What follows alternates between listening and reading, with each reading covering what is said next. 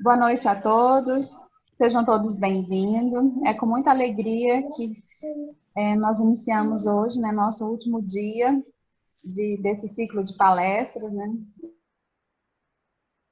mundial de segurança do paciente, esse ano, com a comemoração, a dedicação para os trabalhadores, né, com esse tema em homenagem à saúde dos trabalhadores. Esses trabalhadores, né, que estão aí na linha de frente, estão todos correndo risco mesmo, né? Muitas vezes, enfrentando a pandemia, enfrentando as diversas adversidades, as adversidades do dia a dia ali, em cada instituição de saúde, né? Falta de EPI, falta de recursos humanos, falta de recurso financeiro também, muitas vezes, né? E falta de protocolo, falta de fluxo, falta de gestão. Então, quantas adversidades esses trabalhadores têm enfrentado no decorrer dessa pandemia. Então, nada mais justo realmente que a Organização Mundial de Saúde fizesse esse dia, né, pensando nos trabalhadores. Né? Então, não existe segurança do paciente se a gente não garantir a segurança dos trabalhadores. Né? Sejam todos bem-vindos, aproveitem bastante. Doutora Jaqueline, doutor Raimundo, boa noite. Passa a palavra para vocês. Doutor Raimundo. Boa noite a todos. Hoje é um dia bem especial para mim, porque hoje vão estar conosco duas pessoas com importâncias singulares. O Dr. Valdemar me formou, eu tive o privilégio de ser aluno dele, e a gente sabe que um dos grandes reconhecimentos que a gente tem que ter é pelas pessoas que nos formam. E eu agradeço muito aí pela oportunidade do aprendizado que eu tive aí com o Dr. Valdemar nos meus 6 anos de medicina. E o Dr. André Guzmão, que foi um dos meus pontos altos lá em Salvador, no período que eu estive, porque, além da competência, hoje nós somos amigos, e eu agradeço muito pelo acolhimento que sempre tive no período em que estive exclusivamente lá, e hoje eu fui agraciado aí com a presença dessas duas pessoas nesse último dia nosso, que é um dia que todo dia tem um pico de qualidade. Então, nós começamos na segunda-feira trazendo a relevância das pessoas que compõem o cuidado, relevância do SESMIT, da equipe de farmácia, das equipes de enfermagem, de instituições que são de relevância aqui no estado. Na terça-feira nós conversamos sobre gestão da qualidade, que é um dos pontos a serem rediscutidos aí ao final dessa pandemia. Na quarta-feira, a gente teve a oportunidade de conversar sobre a relevância do SUS e as inovações e tecnologias que aqui foram desenvolvidas, inclusive essa credibilidade para o contato remoto que nos une, que é o que está acontecendo aqui agora. Na quinta-feira, a gente teve a participação dos conselhos, do Conselho Regional de Medicina, do Conselho Regional de Enfermagem, do Conselho de Farmácia, e hoje a gente está aqui para discutir, trazendo alinhada a segurança do paciente, a segurança do trabalhador, com esses dois expoentes aí da saúde. Espero que vocês aproveitem bastante, e eu tenho certeza absoluta que aqui tem muita história e muito aprendizado a se compartilhar. Boa noite. Obrigado. Doutora Jaqueline. Boa noite a todos, muito obrigada pela presença. Com certeza teremos uma noite muito rica, como tem sido todas essas noites dessa semana. Muito conhecimento, muita troca de informações, experiências. Um trabalho inédito da nossa equipe, né? Pela primeira vez estamos desenvolvendo esse formato. E hoje, né, depois dessa semana, dessa jornada, onde diversos assuntos, onde o Dr. Raimundo fez um resumo, né, da semana.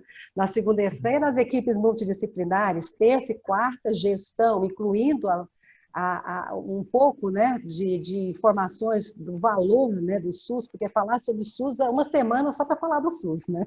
E da importância do SUS é só uma semana só para ele, né?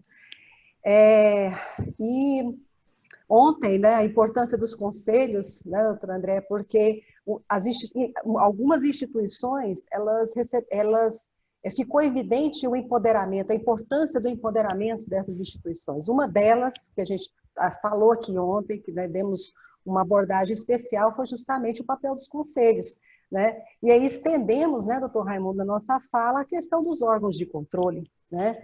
Porque aonde a gestão, ou aonde não há, de forma graciosa, voluntária, vamos dizer assim, espontânea, né? O desenvolvimento de práticas trabalhistas seguras, os órgãos de controle têm que ser acionados, né? Então, e hoje nós vamos tratar de um assunto que, durante essa pandemia, várias denúncias, assim, várias informações, muito desabafo eu ouvi de médicos, equipe de enfermagem, pessoal da limpeza, de marqueiro, vigilância, trabalhadores de ambulância, doutor André e Adriana, eu não sei, todos os trabalhadores falaram de sofrimento, falaram de dor, sem exceção, né? No momento de escassez, de falta de equipamento, de falta de medicamento, a demanda aumentando, e os trabalhadores, não importa a categoria, não importa o que faziam dentro do hospital, você vê o outro, já você trabalha no local de saúde, o seu papel é garantir saúde para o outro, cuidado para o outro, né? E de repente você não seu limite estourado, a sua demanda instalada está lotada, você não tem medicamento, você não tem equipamento, e a pessoa está sofrendo na sua frente, e aí os dilemas, os conflitos, né? Que a gente sabe, né, que os profissionais da saúde são treinados para aguentar o tranco, vamos dizer assim, né? Aguentar essa situação. Por outro lado, a dor é muito grande, é muito sofrimento, algo inesperado, pegou todo mundo de surpresa, ninguém estava preparado para isso, essa é a verdade. Então, e é aquela máxima, né, que nós temos dentro de todos nós, né, a incomensurabilidade da vida humana, né, cujo valor não coincide com mais nada, né, que existe além dela de si mesma, em sua irredutível singularidade. E é justamente isso que nós vamos tratar aqui hoje. Doutor André, apresente-se, fale tudo que você faz, tudo que você é, o que você representa, né, e toda a sua expertise, e a palavra é sua. Seja bem-vindo. Muito obrigado, doutora Jaqueline. Obrigado pelo convite. Tenho que agradecer a Raimundo pelo desafio, né? Também agradecer aí a presidente doutora Adriana, doutor Valdemar, para esse debate. E eu estava relendo aqui o tema, né, da questão em que vocês colocam os desafios dessa pandemia, né, os desafios bioéticos da pandemia, tanto ético, moral, religioso, né, tecnológico, e no final vocês colocam um subtítulo de uma reflexão para a não normalização do caos. Esse subtítulo me toca muito. Ao longo do que eu for falar, eu chego nessa questão, né? Mas eu sou cirurgião aqui em Salvador, né? Sou professor de cirurgia e desde 2012 quase que exclusivamente dedicado à emergência, né? E, na verdade, eu sou dedicado à emergência desde o início da formação, mas eu decidi em 2012 para cá que essa dedicação ia ser cada vez maior e dentro da emergência dedicada ao trauma, né? E eu gosto de começar algumas palestras minhas de trauma. A gente sabe que quando a gente vai classificar as mortes, né, na época que a gente for pensar do ponto de vista médico-legal, a gente classifica as mortes entre mortes naturais e não naturais. E os óbitos por trauma a gente considera que são óbitos não naturais. Não sei, isso de alguma forma eu desconstruí isso na minha cabeça, porque quando a gente vai ver, nós somos frutos de várias culturas, e toda cultura, né, acaba tendo como sua morte primordial, que é relatada, um assassinato geralmente, ou alguma morte trágica, traumática, né? No nosso caso, nós temos uma cultura judaico-cristã muito forte, e o primeiro óbito que é relatado dentro da cultura judaico-cristã é justamente o assassinato de Abel por Caim. É um trauma, né? E a humanidade passou por vários momentos assim que o trauma que era determinante do óbito em momentos iniciais. Então, existiam grandes catástrofes, os conflitos entre povos que levavam às guerras. Então, de certa forma, eu mostro que a gente tem o trauma como uma causa, por mais que a gente considere, do ponto de vista médico legal, como não natural, mas ela participa naturalmente como uma causa de óbito dentro da humanidade, desde o princípio da humanidade. E eu estou trazendo essa reflexão sobre o trauma e como ele acaba acontecendo. E eu não estou dizendo que isso é algo que eu fique confortável, não, porque a gente tem que trabalhar isso, porque ao longo do desenvolvimento dos tratamentos em relação ao trauma, na década de 60, nós temos ali um divisor de águas, que foi quando alguns cirurgiões que participaram da Guerra da Coreia, que participaram da Guerra do Vietnã, e voltaram para os Estados Unidos, perceberam que as pessoas estavam morrendo dentro das cidades americanas, lesões que eles viam na guerra, né? E a grande diferença para eles é que na guerra eles tinham uma sistemática de atendimento, né, que funcionava melhor do que ele conseguia ter dentro das grandes cidades americanas, e a partir daí se começou todo o entendimento de que trauma é doença, tá? Porque até então o trauma era considerado um evento que você não tinha como intervir, era um desejo de Deus, então ninguém quis, ou aconteceu porque era um acidente, né? E a partir do momento que você começa a estimular o trauma como doença, você começa a pensar em situações de prevenção. Tem um filme sobre um criador de carro chamado Tucker, deve ter passado na sessão da tarde para algum de vocês, e que relata uma pessoa que aconteceu mesmo, né? Ele existiu, o Tucker, e ele foi um dos primeiros a se preocupar com a segurança dos carros, né? Colocar cinto de segurança, né? Ter um vidro, um para-brisa que pudesse sair para evitar um trauma craniano e tal.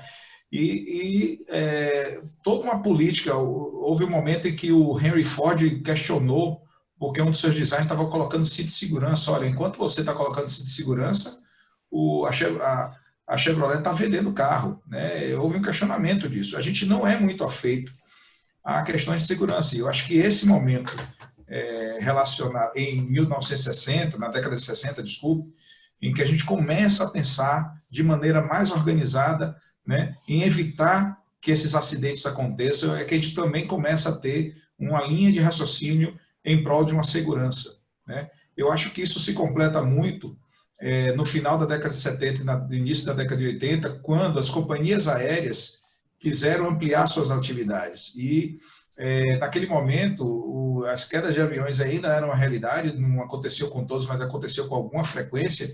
Isso causava um medo de voar. Isso impedia a ampliação da atividade comercial, e foi quando houve uma decisão das companhias aéreas, uma decisão do ponto de vista de logística mesmo comercial, né, para que eles pudessem vender, de que era necessário ter uma segurança aérea, protocolar, né, e que isso tinha que ser rígido, e que além de ser rígido, né, você tem que passar esses números para a população, para que a população comece a se sentir mais segura e não tenha esse medo de voar, né? E aconteceu verdadeiramente. Hoje em dia, quando há um acidente de avião, e olha que provavelmente agora existem milhares de pessoas voando, mesmo na pandemia ainda tem milhares de pessoas voando nesse exato momento pelos céus do mundo, né? E se cair um único avião é motivo de espanto de todos, porque não é para cair avião nenhum, né? Assim, trazendo aqui uma lembrança, quando teve o acidente da Chapecoense, porque eu sei que a segurança do paciente, ela veio muito das ideias da segurança das companhias aéreas. Quando teve o acidente da Chapecoense, eu sou muito curioso em relação a acidente aéreo, né? Quando teve o acidente da Chapecoense, a primeira coisa que eu queria saber é qual era o nome da companhia. E quando eu vi que era uma companhia que não era conhecida, eu falei, esse é o problema. Esse é o problema, foi justamente porque os critérios de segurança não estavam sendo estabelecidos. Quando eu estou em um aeroporto e que o avião está atrasado, o voo está atrasado, por mais que todo mundo fique chateado, eu não fico, eu sei que alguém está trabalhando para que o meu voo chegue no meu destino com segurança. É tudo que eu quero. É claro que se eu puder chegar com pontualidade, melhor ainda, mas uma vez você está no ar, Se você não tiver a segurança no ar, não tem muito o que você fazer, né? Então, eu acho que isso é uma transformação do pensamento humano. Em algum momento a gente não ligava muito para a segurança de maneira geral. E aí, talvez, eu contando aí, década de 60, década de 70, década de 80, nós fomos mudando nossa forma de pensamento, em que a segurança faz parte, sim, das nossas preocupações, né? E até que nós chegamos dentro dos hospitais e pensar na segurança do paciente, e também pensamos na segurança do próprio profissional que atende a esse paciente. Porque a partir do momento que eu não penso, e aí eu estava pensando nisso antes de entrar, né, talvez a segurança do paciente, a segurança do profissional, né, em alguns momentos, são dois valores que todos nós concordemos, em alguns momentos eles possam entrar em algum conflito, né, e que a gente, um pode não contribuir para o outro, e a gente precisa saber como pensar. Eu trabalhei em boa parte do tempo no SAMU de Salvador, não trabalho mais no SAMU de Salvador, e a experiência de trabalhar no SAMU, a gente aprende desde o início que existe a necessidade de uma segurança da cena para que isso garanta a segurança do profissional, para que ele possa fazer o atendimento do paciente. Tá? E essa segurança da cena, muitas vezes, ela não é feita pelo profissional de saúde, ela é feita por outro profissional. Então, um exemplo prático das grandes cidades brasileiras, nós temos uma violência interpessoal, e dentro do SAMU de Salvador, e eu tenho certeza que outros SAMUs também trabalham da mesma forma, se tiver uma situação de agressão física, né, às vezes envolvendo arma de fogo, ou mesmo arma branca, ou mesmo que não seja arma de fogo, uma agressão física sem uma arma envolvida, a polícia tem que estar no local para garantir a segurança daquele atendimento, né? Porque quem está com arma de fogo pode depois se voltar contra os profissionais de saúde, né, naquele momento. Então não tem como fazer esse atendimento sem a presença da polícia. Um posto de gasolina que esteja pegando fogo, isso já aconteceu em Salvador, e que teve uma explosão, e que você tem que atender as vítimas daquela explosão, não tem como profissional entrar naquela cena quente, que nós chamamos assim, cena quente, sem que o profissional bombeiro consiga controlar a situação e dar uma segurança do atendimento, né?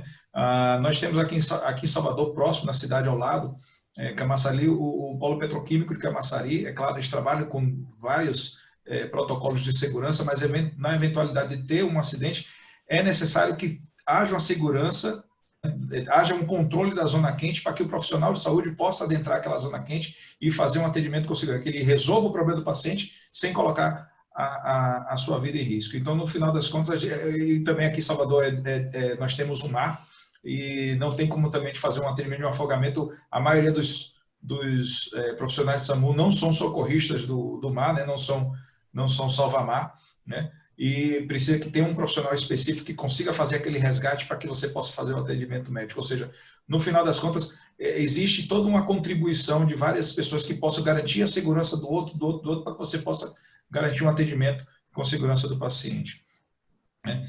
E isso me remete muito às questões até de como a gente tem a religiosidade, a filosofia, e eu penso muito das diferenças entre a religiosidade e filosofia ocidental e oriental. A gente no Ocidente a gente fala muito da caridade, como a gente deve servir o próximo. Eu sou completamente adepto disso, até de certa forma a maturidade até me fez enxergar que calma, você pode ajudar o outro sem se prejudicar, mas já houve um momento na minha vida que eu ajudei os outros me prejudicando, né? E isso não é bom. Isso não é bom. Mas, de qualquer maneira, a filosofia e a religiosidade ocidental fala muito de ajudar o próximo, né? De ter uma caridade com o próximo, de enxergar esse próximo, né? Às vezes até em detrimento de você mesmo. Já a filosofia oriental, acho que dá um pouco de equilíbrio a essa forma de pensar, né? Ela pensa de que essa caridade, é claro, você tem que demonstrar a caridade ao outro, mas para que você tenha condição de demonstrar a caridade ao outro, primeiro você tem que ter caridade em si, né? Você tem que primeiro ter caridade consigo para conseguir ter o que doar ao outro de caridade. E talvez seja isso que esteja faltando no olhar do profissional de saúde. Eu estou pensando aqui muito profissional de saúde, mas eu acho que dá para estender isso a qualquer na área do trabalho. O Goiânia com certeza não é diferente aqui da Bahia nesse aspecto. O profissional de saúde ele tem essa questão de trabalhar em múltiplos empregos, né? Com cargas horárias que são enormes e que vai juntando a saída de um serviço para o outro direto, sem um momento de descanso, e que ele se coloca nessa situação. É claro que se for conversar com todos vão alegar necessidade, mas a gente consegue perceber em muitos que essa necessidade não é real, né? E que eles se colocam nessa situação e essa situação vai consumindo essa caridade dentro deles, e aí de repente eles, não porque são pessoas ruins, ao contrário, eles não conseguem doar, porque eles perderam um pouco daquela energia, daquela caridade dele, porque eles não cuidaram de si primeiro, né? Então, eu acho que um primeiro aspecto é fazer uma sensibilização desse profissional de saúde, para que ele tenha um olhar para si, não um olhar egoísta. Pode pensar que é uma questão egoísta. Não, é até para que você possa ser altruísta, para que você possa ter o que oferecer ao outro, você primeiro tem que garantir que você está bem, né? Que você está em condições. Então, dá um plantão. Eu mesmo, o último plantão que eu dei foi no Natal passado, né? Na verdade, eu tenho dado poucos plantões, já tem alguns anos que eu não dou plantão, e eu comecei a migrar para a área de gestão, não só porque eu tenho curiosidade, não só porque eu tenho organização, não só porque eu gosto de ajudar os outros e aí me envolvo com os problemas e tal, mas também porque houve um momento que eu percebi que o plantão noturno já não era produtivo, né? Antigamente, quando eu tinha 20 e poucos anos, 30 anos, eu fazia 36 horas e estava pronto para a batalha do mesmo jeito, como se nada tivesse acontecido. A idade vai chegando, eu estou com 48 anos agora e eu já não sou a mesma pessoa com 20 e poucos anos, com 30 anos, 35 anos, não tenho mais a mesma energia, né? E aí, quando você não tem essa energia, que é digamos assim, é a principal, talvez, arma do jovem, né? Mas a principal arma de quem é mais velho é justamente a maturidade, aquilo que eu acho que foi a doutora Jaqueline que falou, que sabe onde é que estão as coisas, onde é que as coisas estão acontecendo, né? A gente já viu muita coisa dar certo, a gente já viu muita coisa dar errado, né? A gente consegue perceber quando tem algum perigo pela experiência que nós ganhamos, e a experiência veio porque justamente a gente também viu muita coisa errada acontecer, inclusive até mesmo decisões erradas aconteceram, né? E a gente vai aprendendo isso e vai tentando passar isso para o mais jovem. E eu percebi que não tinha mais uma condição de dar plantão, principalmente plantão noturno. Eu já não tinha condição física de dar plantão noturno, parei de dar plantão noturno. O último que eu dei foi justamente por uma condição, porque eu tive que substituir. E na condição de coordenador, eu acabei assumindo a posição. Mas eu acho que essa falta de entendimento de que tem que se cuidar um pouco para poder cuidar do outro é que acaba gerando muito dos problemas. E aí, questões relacionadas não só à saúde profissional do ponto de vista físico, mas também muito do ponto de vista psicológico, né? A gente sabe que nós temos as questões muito burnout. E a percepção do burnout, ao longo dos anos, ele tem sido cada vez mais evidente, né? Quando a gente pega isso aí, eu sei de estudos na área cirúrgica, eu não sei de estudos fora da área cirúrgica, tá? Tem uma meta-análise sobre burnout em cirurgiões nos Estados Unidos, que vai de 2000 até 2015, então são 15 anos de estudos, em que a percepção de burnout só fez subir, né? Chegando a 50% em 2015, né?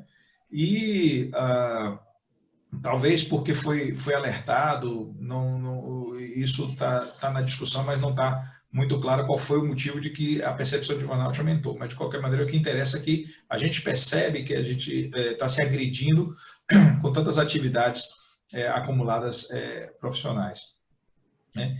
E, ao mesmo tempo, tem uma coisa muito curiosa nessa meta-análise, porque tem alguns estudos fizeram algumas perguntas capciosas aos cirurgiões, e uma delas era perguntando se os cirurgiões, se tivessem como voltar atrás, se eles seriam cirurgiões novamente, e a resposta da grandíssima maioria, não lembro agora exatamente o número, mas a grandíssima maioria disse que sim, seriam cirurgiões novamente, né? Mesmo com alguma percepção de burnout. Então, apesar de tudo isso, existe uma satisfação profissional, pelo menos em ser cirurgião, né? Mas aí a segunda pergunta capciosa foi se eles permitiriam, ou se eles desejariam, acho que a pergunta foi assim, que os próprios filhos seguissem a carreira cirúrgica, e a grande maioria disse que não. Então a gente já tem essa percepção também, que a gente quer uma segurança para os filhos, a gente não quer que eles sofram exatamente a mesma coisa que a gente já sofreu na vida, seja na vida pessoal, seja na vida profissional. Mas, de qualquer maneira, o burnout é uma das reflexos justamente da gente, dessa falta desse olhar para dentro de cada profissional, né? E, é claro, a gente está falando aí muito do indivíduo, mas aí a gente acaba indo para as questões das instituições. Como eu falei, a segurança aérea, ela não veio dos pilotos, ela não veio das aeromoças, ela não veio do profissional de aeroporto, ela veio de uma decisão institucional das companhias aéreas, tá? Que perceberam que eles não conseguiriam ampliar suas atividades econômicas, né?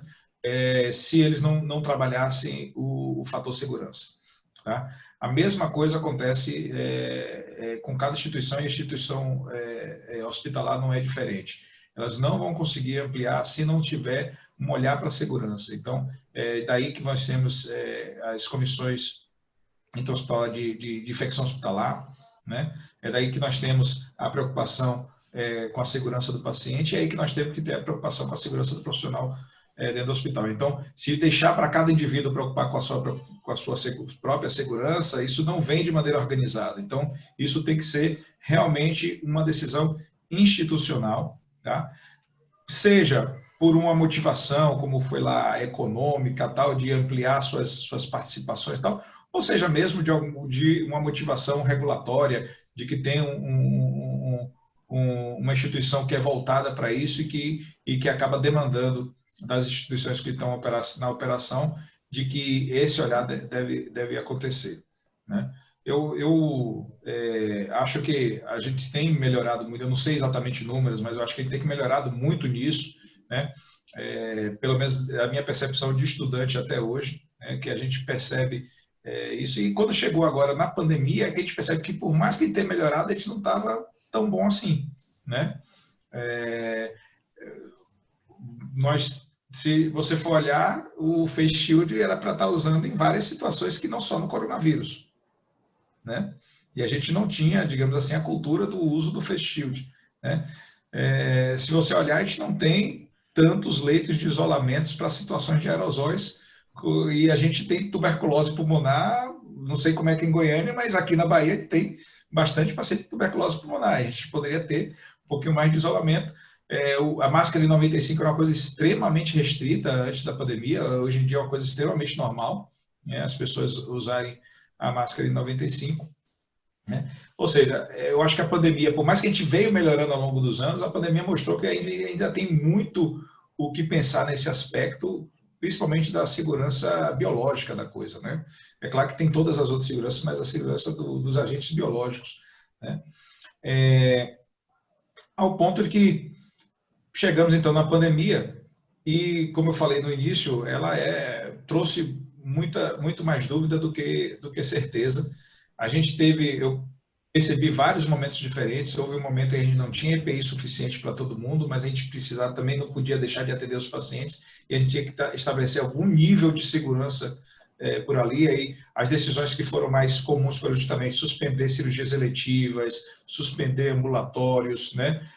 Eu sinceramente não fui contrário a um primeiro momento do lockdown, do fique em casa. Depois eu posso até ter uma crítica de um momento posterior, mas no primeiro momento eu acho que se você não sabe o que está acontecendo, e tem situações como foi a da Itália, que era o nosso exemplo na época, você olhava para aquilo ali de maneira assustada, meu Deus do céu, o que é que está vindo por aí? E até que você entendesse melhor a situação e pudesse até se equipar com as EPIs foram uma situação extremamente grave, mas que eu também não podia, por um lado, eu não podia colocar o profissional em uma situação insegura, mas por outro também não podia negar de atender aqueles que tivessem necessidade.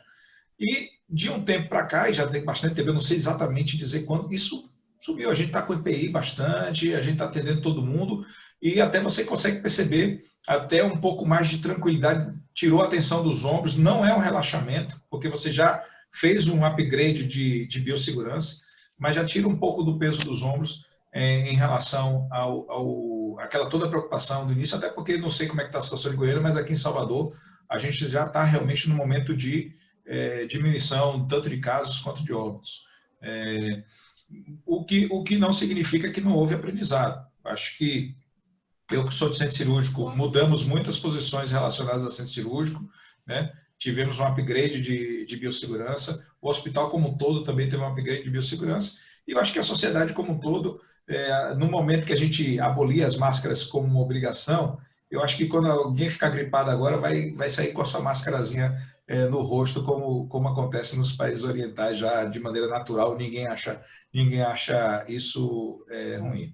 Então, me foi dado 30 minutos, acho que eu passei 1 minuto do tempo, mas eu acho que minha fala foi bem de mostrar essa evolução do raciocínio, que a gente não dava muita bola para a segurança. Hoje em dia a segurança é uma coisa importante, né? Que a gente precisa ter um olhar individual para a própria segurança e cuidados pessoais, mas que a grande diferença vai ser feita realmente pelas instituições, quando as instituições perceberem que precisam investir na segurança como um todo, na segurança do trabalhador, na segurança do paciente.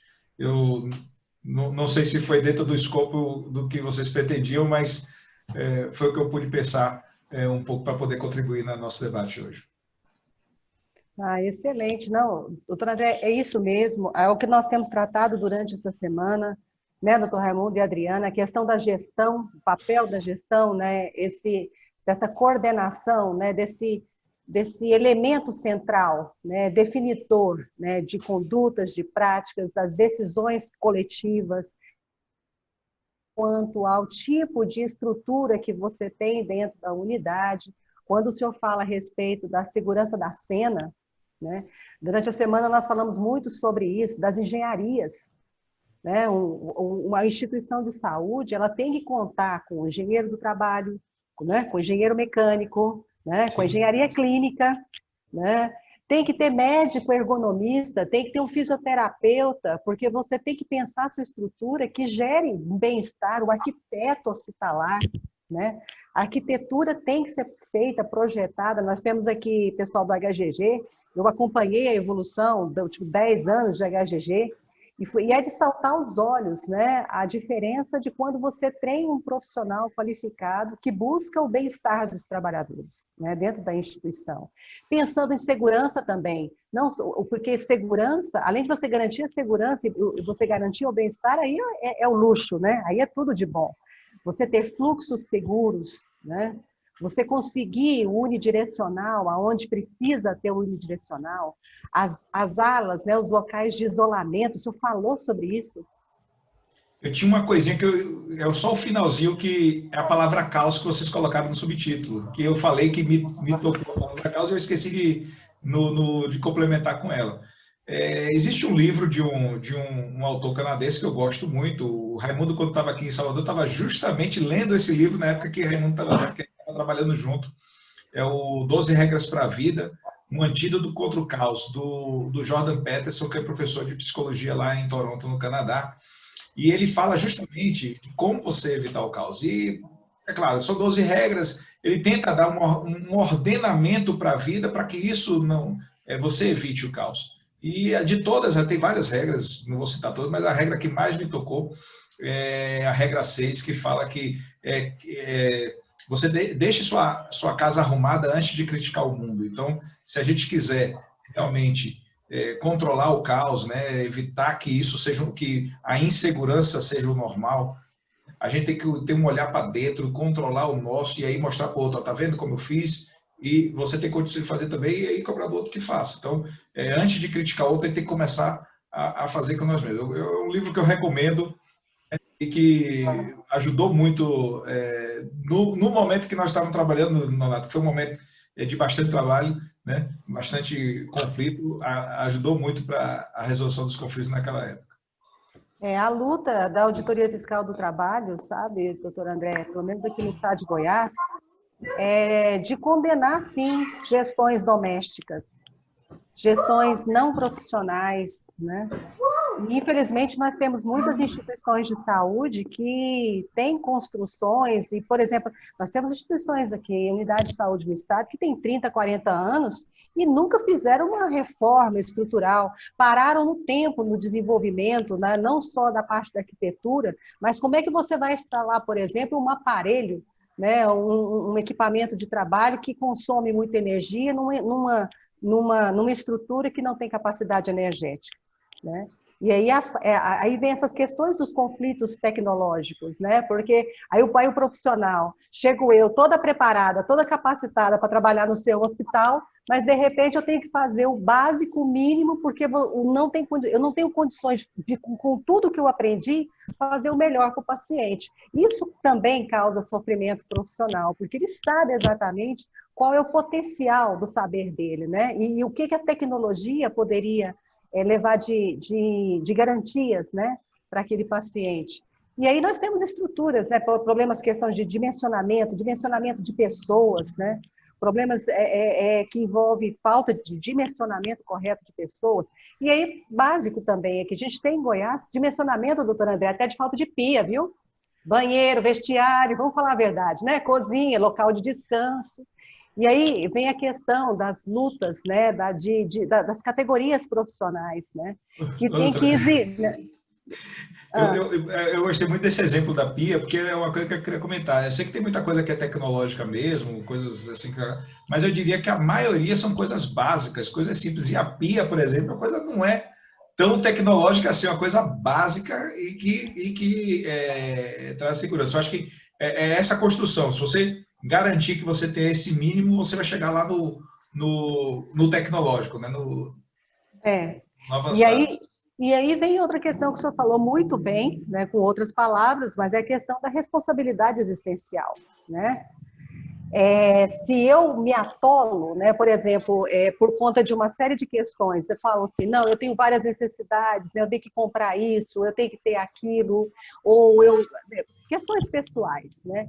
Só que a sua decisão pessoal não pode comprometer, dentro do ambiente de trabalho, a segurança do outro. Eu, como auditora fiscal do trabalho, eu exijo segurança para você, mas também eu exijo que você garanta a segurança de quem trabalha ao seu lado.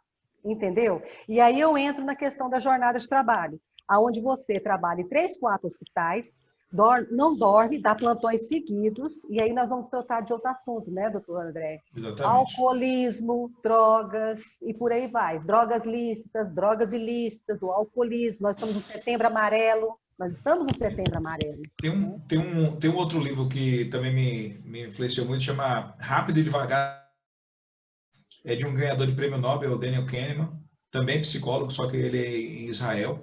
E em um dos capítulos ele fala sobre a perda de autocontrole, situações que fazem perder o autocontrole, né? E acabam influenciando na tomada de decisão. Então, por exemplo, beber demais, você perde o autocontrole e influencia a sua tomada de decisão. Então, não sugiro ninguém dar plantão embriagado, né? Porque não vai dar um bom plantão. Tá? Agora, outras coisas também influenciam a tomada de decisão e que tem a ver com o plantão. Olha como são. Você não se alimentar, então você tem um período prolongado de jejum, acaba influenciando a tomada de decisão. Isso tem estudo científico mostrando. Né? Privação de sono é outra coisa que também influencia a tomada de decisão. Então, quem está com privação de sono tem chance maior de tomar uma decisão equivocada. Né? E, por último, uma coisa que na época, quando eu li a primeira vez, eu confundi com burnout, mas não é burnout. É uma coisa que ele chama de esgotamento do ego. Esgotamento do ego é uma situação aguda em que você tem várias coisas ao mesmo tempo com alta prioridade para você tomar decisão, né? Você não consegue organizar porque não permite o que é que você vai fazer primeiro e de repente dentro daquele emaranhado de situações você acaba tomando uma decisão equivocada. Porque o esgotamento do ego acaba diminuindo o autocontrole. Então, ou seja, essas 3 últimas acontecem num plantão normal dos profissionais de saúde. Você tem privação de sono, você tem prolongamento do jejum e você pode ter tantas demandas simultâneas que você pode esgotar seu ego e tomar uma decisão equivocada. E o que, assim, nossa equipe tem constatado desde o começo é esse desafio, né, que os trabalhadores e profissionais de saúde de dar, né, até o minuto final da jornada de trabalho o melhor que consegue, né, trabalho de valor, né, e brilho. Então, assim, para esses que persistem, que estão persistindo nessa pandemia, que estão enfrentando, né, as condições impostas e com todas as dificuldades, nós deixamos aqui nossas homenagens, né, doutor Raimundo? É engraçado que eu gostei muito da contextualização que o doutor André fez, de que nós não somos afeitos à segurança. Desde a contextualização em relação ao trauma, quando a gente perde algumas condições e características de percepção daquilo que pode nos trazer segurança para que a gente possa evitar. E isso repercute no cuidado, obviamente, porque se você não tem segurança com você, quem dirá se você vai ter segurança com os outros também. Somado-se a isso, a todo o estresse do acúmulo e da sobrecarga de trabalho que habitualmente os profissionais de saúde se submetem. A doutora Jaqueline fala muito isso, assim, se você não se cuida em relação ao seu trabalho, os órgãos de regulação que vão te dar os seus limites para o trabalho, porque sabe que isso vai automaticamente influenciar no cuidado do outro, mas também de você. Nós não somos igual uma sociedade americana que se prepara para se aposentar. Então, você acaba tendo que tomar esse cuidado e os órgãos de regulação acabam tendo essa percepção também. E, nesse sentido, a gente imaginando que essa necessidade de se fazer um controle para a segurança no ambiente de trabalho, somados-se a grande quantidade de pessoas que lá estão, essa comparação com o aéreo ele é muito significativa e muito importante, principalmente porque a gente sabe a quantidade de checklists existentes para que haja segurança adequada e essa segurança ela seja capaz de prover saúde. E em saúde, nas instituições, ou um pré-requisito institucional, os outros não vão fazer isso. Então, a gente precisa trazer esse aspecto do requisito institucional de segurança para que a gente consiga que os outros se adequem a essas condições e ofereça o cuidado que é necessário. É uma decisão institucional, né, Raimundo? Você tem ideia, no caso do avião, o rapaz que coloca lá as bagagens dentro do avião, se ele não autorizar, o piloto não sai. Então a gente tem a ideia de que o piloto é o comandante, que ele controla tudo, e tal. Se cada um não fizer sua etapa do processo, não fizer seu checklist, o avião não sai. Então todo mundo tem importância nessa cadeia de segurança, né? E eu ia finalizar com o que você já finalizou, que foi o livro que você me emprestou para ler, que são os 12 regras para a vida, e eu acho que é super interessante essa que você mencionou, que a gente tem que tomar conta e cuidar de nós mesmos, nos organizarmos interiormente para que a gente consiga promover essa organização no mundo. É começando da gente que a gente dá sequência no ambiente em que estamos. Muito obrigado. Adriana? Eu que agradeço. Obrigada, doutor André. Obrigado. Durante essa semana a gente falou muito do que a pandemia trouxe em evidência, né? Deixou em evidência. E eu acredito que uma das evidências é a necessidade de mudança, né? Nos diversos segmentos da saúde, na gestão pública, privada, nas políticas, nas instituições de saúde. Mudança essa capaz mesmo de transformar, né, valores, hábitos, nossas rotinas, né? A mudança para trazer melhorias, né? Como a adoção mesmo da cultura de segurança do paciente, né? Porque a cultura de segurança do paciente nada mais é do que a transformação desses valores, né? Então a gente precisa realmente de mudar esses nossos hábitos em prol do cuidado, da qualidade, né, visando sempre o melhor. E o senhor colocou, né, da cultura ali, da culpa, né, que é a primeira coisa que geralmente a gente procura, né, dentro do serviço de saúde, sempre que é identificado ali um incidente ou um evento adverso, a primeira coisa que todos querem saber realmente quem é o culpado, né? Então, faz parte hoje da nossa cultura e que a gente precisa realmente estar melhorando, né? E assumir realmente um compromisso com a melhoria do cuidado, ofertar uma assistência com qualidade em saúde, né? Garantir uma prática pautada, né, nos princípios da ética, promover realmente essa saúde com qualidade. E no que eu vejo, assim, também, né, de mudanças que ficaram evidentes nessa parte da gestão, organização, tudo, e trazendo para o meu lado da segurança do paciente, realmente todo o fluxo, né, protocolos, o trabalho, essas rotinas assistenciais, o quanto a gente precisa ainda adotar, né, essas mudanças e trazer mesmo para o nosso dia a dia, né, que a gente se viu no meio de uma pandemia em que todo mundo teve que começar a aprender, reaprender o que, na verdade, era para todo mundo já saber, né? E todo mundo preocupado, então, o medo, né, trouxe também muita insegurança para os trabalhadores todos, né? E a gente precisa realmente levar isso adiante, né? Espero que no pós-pandemia a gente consiga realmente implantar pelo menos o início agora da cultura de segurança do paciente. Muito obrigada, doutora André. Eu vou passar a palavra para a Jaqueline. Jaqueline?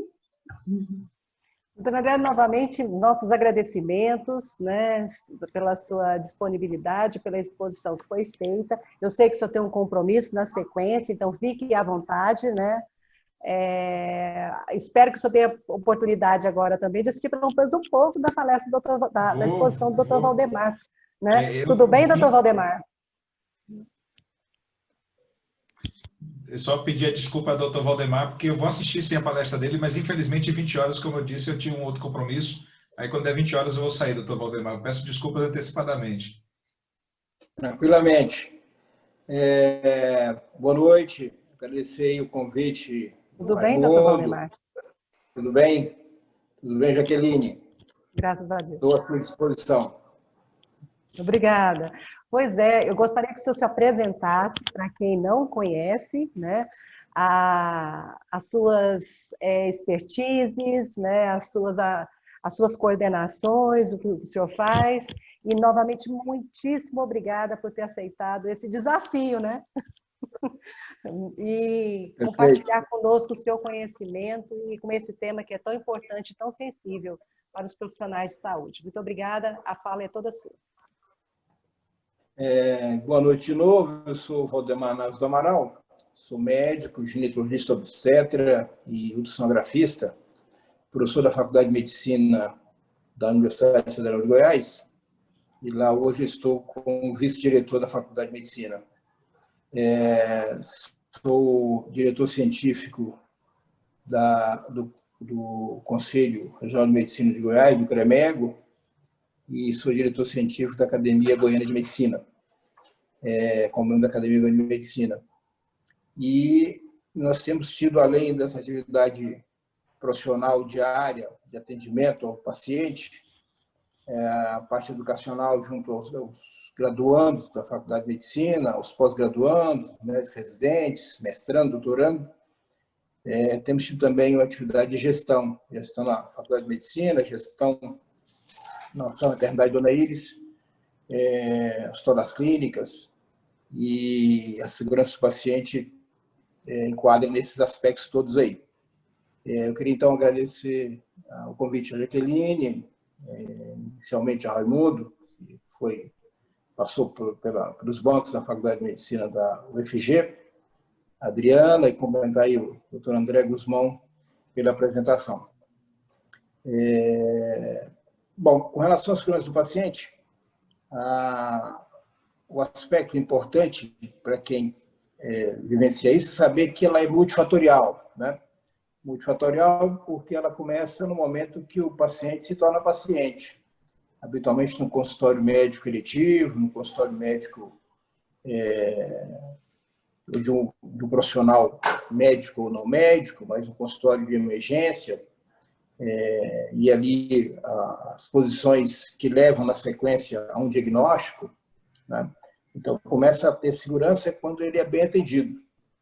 E aqui em Goiás nós temos uma maternidade pública, que é municipal, a maternidade Dona Iris, onde nós somos lá, somos diretores acadêmicos daquela instituição, e lá passa graduando de várias atividades profissionais de saúde, das quase 14 profissões de saúde passam por lá. E o atendimento lá ele é embasado de forma quase que absoluta na humanização, em tratar o humano como humano, e aí já começa também um controle na segurança. Um bom diagnóstico, a decisão do diagnóstico, a decisão de encaminhamento para condutas mais clínicas, mais cirúrgicas, né? O envolvimento multiprofissional é também multifatorial. O tratamento, a indicação correta do tratamento, se clínico, se cirúrgico, para que não haja coisas aberrantes como operar o rim direito quando o doente era o esquerdo, né? Não tirar o útero da mulher com útero normal, já que a indicação era fazer um períneo, né? Não trabalhar no olho direito, já que o doente era o esquerdo. Coisas que passam por eventos que ocorrem no dia a dia e que se tornam iatrogênicos. Nessa conotação, eu tenho frequentado no Hospital Grande de São Paulo, porque a gente pratica aqui nas nossas clínicas cirurgia na vida privada, cirurgia fetal, né? Cirurgia intrauterina. E temos feito algumas cirurgias dessas no estado de São Paulo, num grande hospital. Interessante que todos esses aspectos que eu comentei, dos mais simples, como o primeiro atendimento, a humanização do primeiro atendimento, que começa não só no ato médico, mas começa lá na recepção, no bom atendimento, passa pelo guarda, do bom atendimento, e até chegar, portanto, do elemento mais elementar até o diretor do hospital, o atendimento é baseado na humanização. E, além disso, nesse aspecto que eu comentava, que é de experiência interessante, que encaixa aqui, é que todos os momentos tem checklist. Checklist da entrada do hospital, né, que é totalmente, altamente tecnológica, e até a condição do centro cirúrgico no ato operatório de vanguarda, no ato operatório de excelência, como a cirurgia fetal é. E lá, os profissionais todos, com seu checklist, têm um poder de intervenção, né? Chega um certo momento que a enfermeira no centro cirúrgico para o centro cirúrgico e pede que todos os profissionais confiram o seu checklist, né? Uma ordem de comando no centro cirúrgico. E aí ela para tudo e confere com se existem todos os sinais vitais, pressão de oxigênio, pressão de gás carbônico, frequência cardíaca, pressão arterial, passa pelo cirurgião, passa pelo auxiliar, confere toda uma atividade onde a indicação de estar ali é o primeiro preceito. O que é que esse doente está nessa sala cirúrgica, né? Vai te operar o quê e para quê, né? Em alguns momentos cheguei a observar a suspensão de procedimentos porque o checklist não se completava. Nesse aspecto, portanto, a segurança ela tem que ser inteira, né? Do pequeno atendimento inicial de qualquer profissional de saúde até os grandes procedimentos, especialmente cirúrgicos. E o checklist em cada momento desse e tratar o humano como humano são os preceitos básicos da segurança do paciente. A segurança do paciente, condições mais simples como essa, até a conotação da alta tecnologia. A alta tecnologia traduz em segurança. A alta tecnologia na segurança do paciente quando interna, para que ele não seja se sinta lesado quando adormece com a porta aberta do seu apartamento, e alguém adentra esse apartamento e tem relatos de casos de estupros, por exemplo, no apartamento que o doente estava dormindo, estupros dentro de terapia intensiva, onde deixa o doente, portanto, totalmente exposto numa condição de insegurança. Então, a tecnologia com câmeras, a tecnologia que garante a tranquilidade no leito de um hospital, onde a porta tem controle eletrônico, são coisas que trazem grande benefício. Claro que trazem também alto custo, né? Então, a segurança do paciente pode ser de baixo custo, mas ela fica mais elementar, mas é preciso incorporar a tecnologia até no planejamento de assistência à saúde. E quando encaminhamos esse para essa pandemia, e o que ficou dessa pandemia é que o distanciamento social ele é importante, o lockdown, há dúvidas, a quarentena, há dúvidas, mas o distanciamento ele é unânime, né? É preciso separarmos um do outro. O uso da máscara é unânime. Lavar as mãos, porque esse bicho entra pela questão oro-nasofaringiana, pela boca e pelo nariz. E, habitualmente, quem leva até essa condição é a sua mão contaminada. Isso foi tão importante que, na época do H1N1, quando não chegou a ser uma pandemia, mas chegou a ser uma epidemia, no Brasil chegou a ser uma epidemia, aqui em Goiás, mas o foco daquele vírus, do H1N1, que é da gripe suína, não eram os idosos, como é dessa pandemia, não eram os diabéticos, não eram os obesos. Eram as gestantes, e eu, como obstetra, assisti a pelo menos 15 grávidos morrerem nas nossas barbas no Hospital das Clínicas. Também a infecção de penetração orofaringiana, pela boca e pelo nariz. E primatas como somos, vivemos passando a mão no nariz, na boca, no cabelo, nos olhos, na orelha. E as mãos são dos pontos mais contaminados do ser humano. E aí leva, portanto, a questão catarral do seu amigo que pegou na sua mão e você contamina o seu nariz. É por aí que penetra. Foi tão importante esse entendimento simples, mas de grande relevância epidemiológica, que naquela data onde não havia ainda vacina, o H1N1 estava matando pessoas no mundo inteiro, e a semelhança dessa pandemia é um vírus democrático, né? Ele mata igualmente ricos e pobres. E quando mata ricos, a gente fica um pouco mais entendido que a vacina vai sair mais rápido, porque nós teremos um investimento forte para essa vacina acontecer. Tanto já estamos nas portas da vacina para essa pandemia. Então, quando a vacina da H1N1 chegava, o governo mexicano, o presidente mexicano, chamou o seu ministro da Saúde e disse como é que esse vírus chega no ser humano. Ele foi pela boca, mão na boca, mão no nariz. E ele baixou uma lei imediata no seu país, eu estava lá, onde proibia o aperto de mãos na rua. Quem pegasse na mão do outro na rua ia preso. Então, medida simples que trazia segurança e trazia redução de contagiosidade. Então, aí a máscara é importante, o distanciamento, não cumprimentar pelas mãos, tem que ser pelos cotovelos. É também uma segurança nessa pandemia. Então, o que é muito claro dessas confusões todas, porque politizar essa pandemia, politizar a segurança nessa pandemia, é que o distanciamento ele é unânime, o mundo não discute isso, a máscara é unânime, evitar o aperto de mãos e lavar as mãos com água e sabão e, se possível, álcool. Esses elementos básicos e simples dão segurança contra esse vírus. E na segurança ao paciente que vai ao hospital, o que é necessário, e aí é preciso que haja, além das conotações da gestão hospitalar, as conotações de governo e de Estado, para que o ambiente de atendimento do paciente portador de Covid seja um ambiente diferente do não portador. Para que dê segurança desse paciente sair de casa e ir até o hospital, tratar da sua apendicite, tratar da sua hemorragia uterina, tratar da sua assistência ao parto, tratar do seu infarto do miocárdio, porque eu tenho feito algumas lives no Conselho de Medicina de Goiás, Lá já estamos com 200 mil acessos, 35 lives, caminhando na direção de 40 lives, todas ligadas à Covid-19. O que a gente percebe é que o entendimento de decisão do ambiente ele é de grande relevância e quando os hospitais misturam esse ambiente, os doentes não querem ir para o hospital.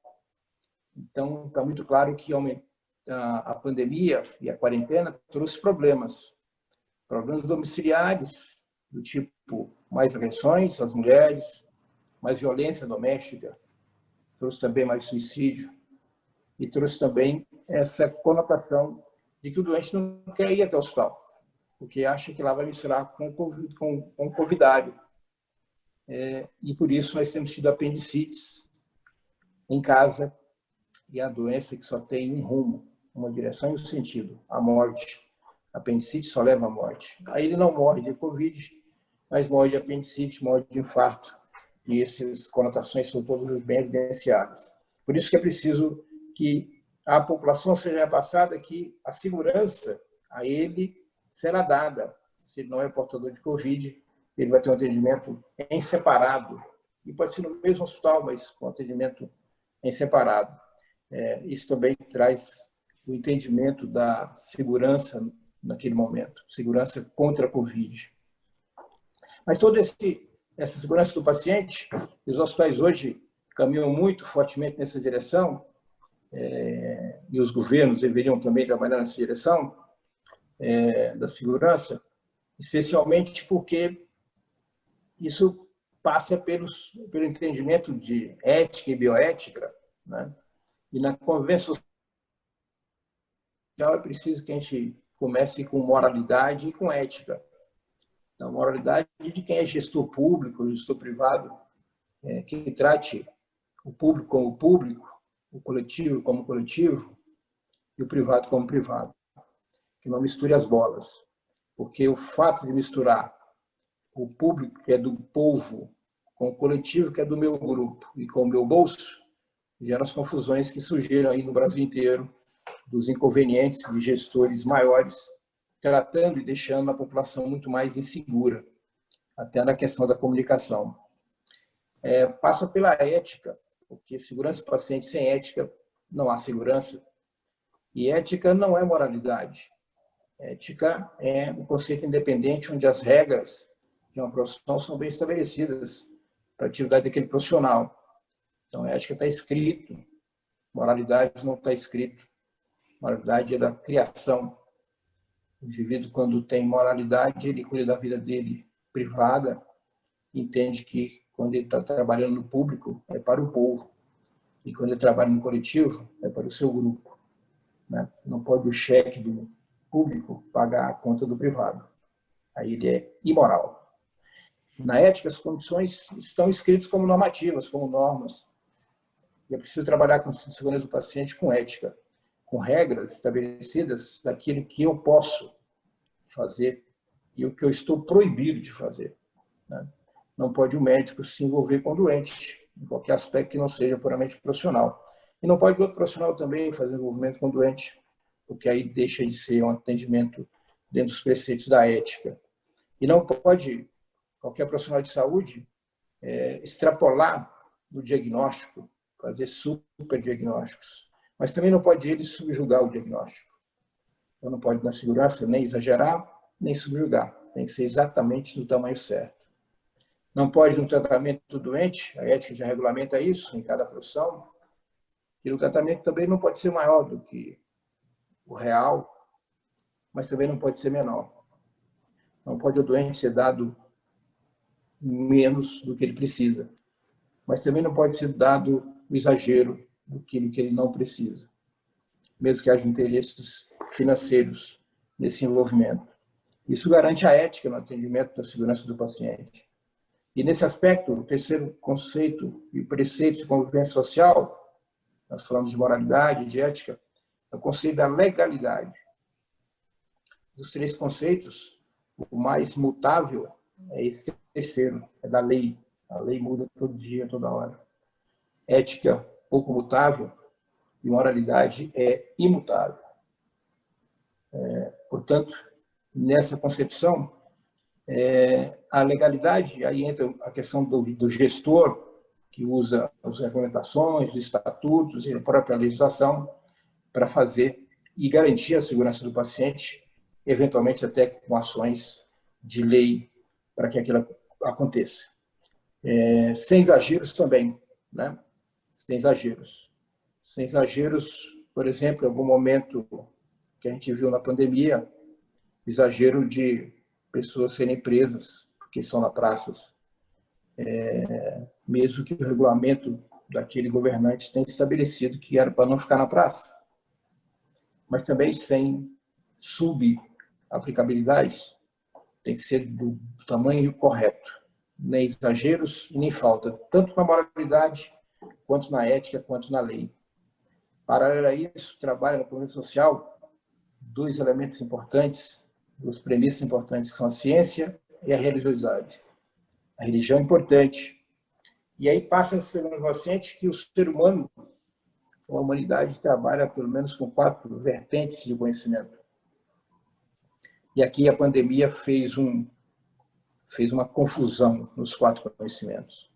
O conhecimento científico, que é da ciência pura, descrita no método de René Descartes, onde é o resultado de uma pesquisa elaborada, é a verdade cristalina dos fatos. Então, a verdade cristalina e absoluta. E aí, essa ciência nós temos todo o dever de cumprir e segui-la e aplicá-la no dia a dia. Mas também é preciso entender que o segundo conhecimento humano é o empirismo, porque em algum momento não dá tempo da ciência demonstrar resultados. E essa pandemia, nós temos que ter humildade de dizer isso. Não dá para, nessa pandemia, em 4 meses de evolução, 6 meses, 7 meses, dizer de resultados cientificamente bem desenhados. Não tem bem desenhado. Essa que é a verdade. Teremos trabalhos bem desenhados na ciência, com resultado daqui a 2, 3 anos. E até lá muitas pessoas morreram.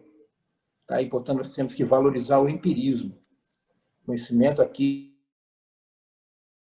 absoluta, com grandes desenhos de trabalhos maiores, de ensaios clínicos, né? O empirismo não trabalha com isso. Ele trabalha com experiência pessoal, né? Do ponto de vista de ciência, o empirismo tem pouco valor. Mas no momento de guerra, se eu não tenho artilharia antiaérea, se eu não tenho grandes eventos para atacar o inimigo ou para proteger do inimigo, vale o meu tamanco, vale o meu chinelo, vale a minha unha. Aí é empirismo, né? E aí houve uma mistura, grupos de pessoas chamando ciência, ciência, ciência para a segurança do paciente com Covid, onde a ciência não traz posições definidas, e a OMS ficou perdida, totalmente perdida. Em certo momento mandava tirar máscara, no outro momento mandava colocar máscara, no certo momento mandava tomar remédio tal, no outro mandava tirar o remédio tal, no certo momento mandava fazer quarentena, depois mandava desfazer a quarentena, porque fica esperando o resultado da ciência. A ciência não consegue fazer resultado rápido, os desenhos são lentos, são trabalhos de intervenção, há que fazer ensaios clínicos, há que fazer randomização, não temos tempo para isso. Por isso a OMS, eu digo que ele trabalhou até agora no samba maluco, né? Trazendo muito mais problemas do que soluções, do ponto de vista de segurança do paciente. O paciente fica inseguro com o que ele ouve na mídia, inseguro com o que ele ouve da OMS. Eu, desde março, que eu uso máscaras. A minha máscara aqui do meu lado. Eu só tirei para poder falar com mais facilidade com vocês, numa sala da minha clínica, fechada, sozinho. Estou de máscara desde março. E em março, né, a OMS disse que era para não usar máscaras. Ora, se a contaminação é mão na boca, eu tenho que amarrar a mão ou amarrar a boca. Simples assim. Questão de epidemiologia, né? Então, ciência é importante, empirismo também é importante. É importante o empirismo. Nesse momento, sim, de guerra.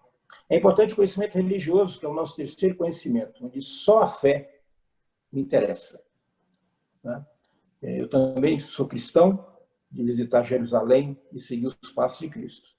Mas quando eu estou em Jerusalém, eu esqueço a ciência que eu pratico aqui em Goiás. Porque lá eu sou só cristão. E quando cristão me interessa a fé. E é preciso, na segurança do paciente, também ter fé. Porque a fé traz tranquilidade a ela. Quando a ciência falha, o empirismo falha, que sobra a fé. E não há nenhum elemento negativo na fé. Há elementos positivos na fé. E ciência com empirismo, conhecimentos assim, associado ao lado religioso de fé, trazem benefícios ao tratamento.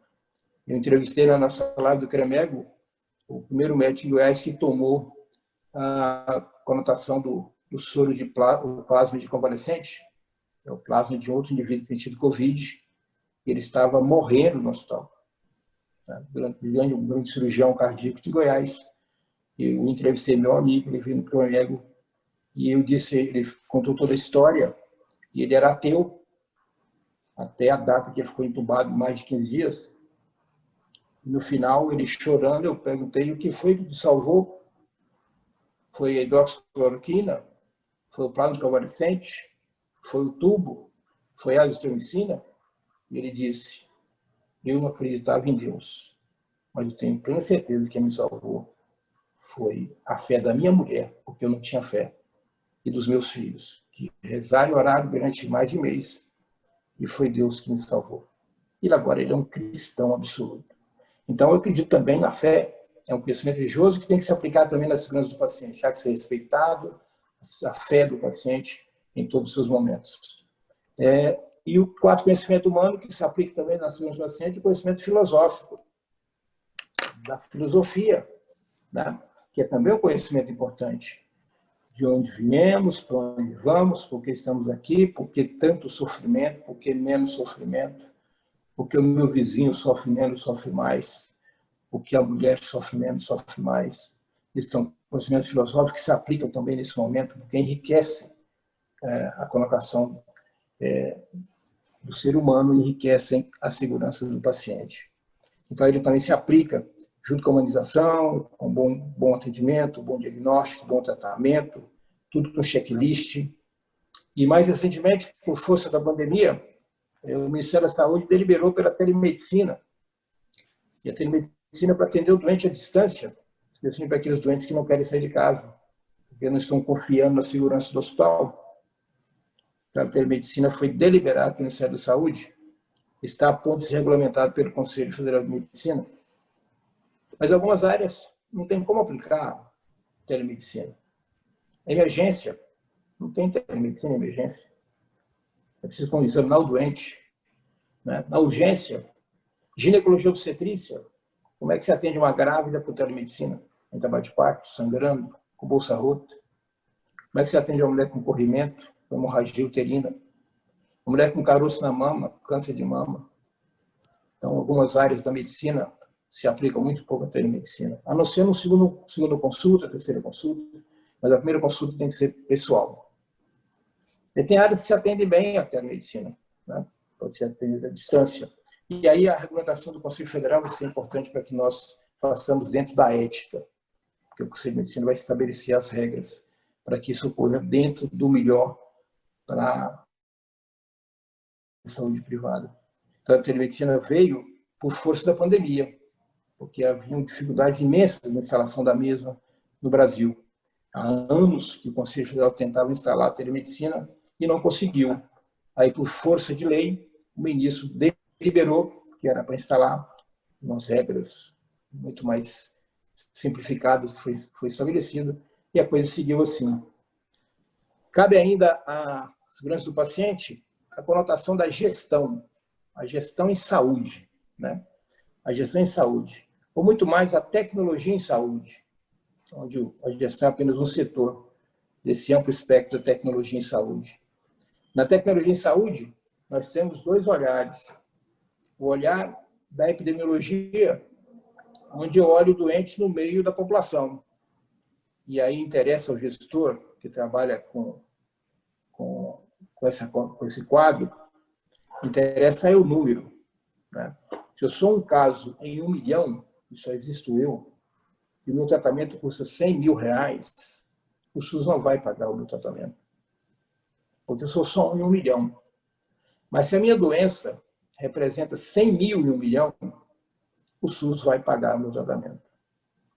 Porque eu passo a ter importância epidemiológica. O meu N passa a aparecer na tela do computador do gestor. 1 em 1 milhão e não aparece na tela dele. Isso, portanto, se chama saúde pública de terceiro mundo. É de terceiro porque existe um X reais para se gastar com a saúde, não tem para todas as doenças, né? O ser humano só doenças genéticas e raras, nós temos 10 mil doenças genéticas. Doenças raríssimas, acontece 1 em 100 milhões. E elas são de alto custo. Então, as doenças raras nunca tiveram apreço, especialmente na saúde pública desse país. No último governo agora, desse atual governo, por força da primeira-dama, as doenças raras voltaram a ficar presentes. Nessa conotação ainda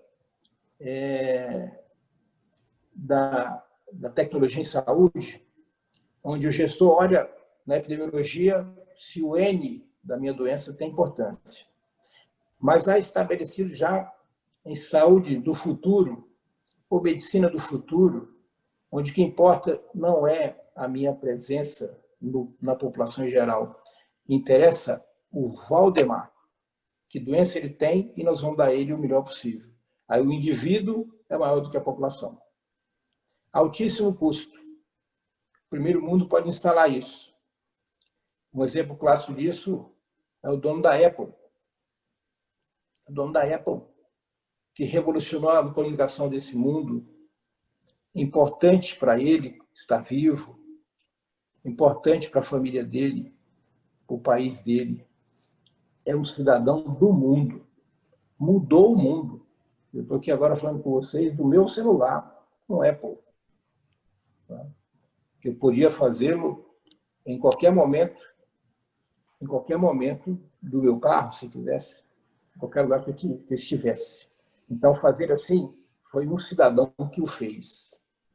E ele morreu de câncer de pâncreas, rico, famoso, né, altamente diferenciado, inteligência disparadamente acima da média. Aplicação populacional de extensão, o mundo é que perde com a morte dele. E ele morreu de uma coisa que é previsível e que é curável, mas não está na rotina dessa medicina de saúde pública, de epidemiologia. Câncer de pâncreas é muito raro. Então, não está na rotina fazer ressonância magnética de corpo inteiro, que daria segurança para ele, teria feito diagnóstico precoce. Como não fui para ti, porque é caro, o exame custa 3 mil reais, então não se vai para ele, porque era rico, eu podia ter feito, mas como não estava na rotina, nenhum médico pediu para ele. Então, quando o câncer apareceu, é um câncer oculto, já apareceu em fase avançada e ele morreu disso. Né? Ruim para todo mundo. Né? Nós estamos aqui na Terra para vivermos 120 anos. E bem, morreu aos 57 anos, como ele morreu, é uma pena para todos nós. Então, isso se chama medicina individual. Medicina do futuro, saúde do futuro. Né? Saúde pública e privada do futuro, e é por aí que nós temos que caminhar. Valorizar item a item, indivíduo a indivíduo, dando também a ele segurança. Porque ele era rico, bem tratado, no país de primeiro mundo, e achando que estava seguro para a saúde dele. E ele estava inseguro, tanto que morreu. Né? Então, esse quadro chama Saúde do Futuro, Medicina do Futuro, que ela é do olhar individual. O indivíduo é mais importante do que a cidade dele. O indivíduo é mais importante que o país dele. E aí deve ser dado, portanto, também segurança como indivíduo. Dentro, então, da tecnologia em saúde, que tem que dar segurança ao paciente, nós temos 3 itens importantes aí. Os procedimentos instalados de segurança em todos os setores da tecnologia em saúde tem que ser eficaz, tem que ser efetivo, tem que ter eficiência.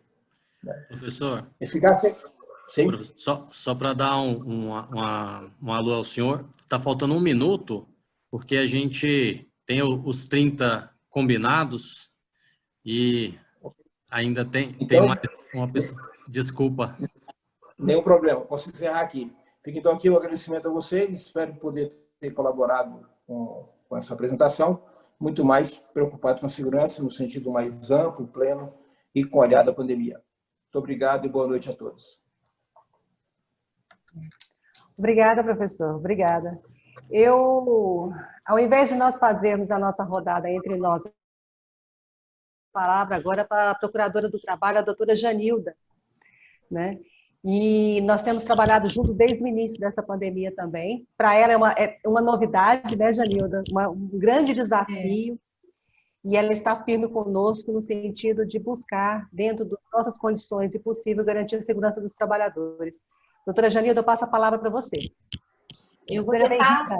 Obrigada. Eu gostei muito da explanação de todos, quero parabenizar todos pela explanação. E a Jaqueline me deu, assim, a meta de falar o mais rápido possível, que seria em 10 minutos, agora acho que nem tem 10 mais, né? Mas do que nós estamos, qual é o objetivo nosso de trabalharmos juntos, né? Juntas nessa pandemia. O Ministério Público do Trabalho fez uma divisão de grupos, onde parte dos procuradores ficaram acompanhando os hospitais públicos e outra parte os hospitais privados. Eu sou a procuradora que estou com procedimento com os hospitais privados e é por conta dessa atuação que eu e Jaqueline estamos juntas desde março deste ano. E, na verdade, a nossa atuação, ela tem por objetivo exatamente tudo que vocês disseram anteriormente, né? É criar uma cultura de ética, no sentido de fazer com que os gestores dos hospitais entendam a necessidade de cumprir as normas de segurança, não somente por conta de proteger os trabalhadores, não somente por conta de proteger os pacientes, mas por conta de trazer, de exercitar a ética na atuação profissional dos trabalhadores que estão ali, dos médicos que estão ali, da instituição de saúde, fazendo com que aquele sistema, instituição de saúde, seja um sistema verdadeiramente que forneça saúde na acepção plena da saúde, como a OMS vê, né? Biopsicossocial.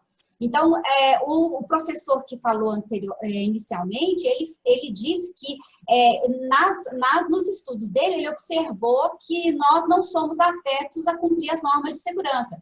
E eu afirmo que nós não somos mesmos.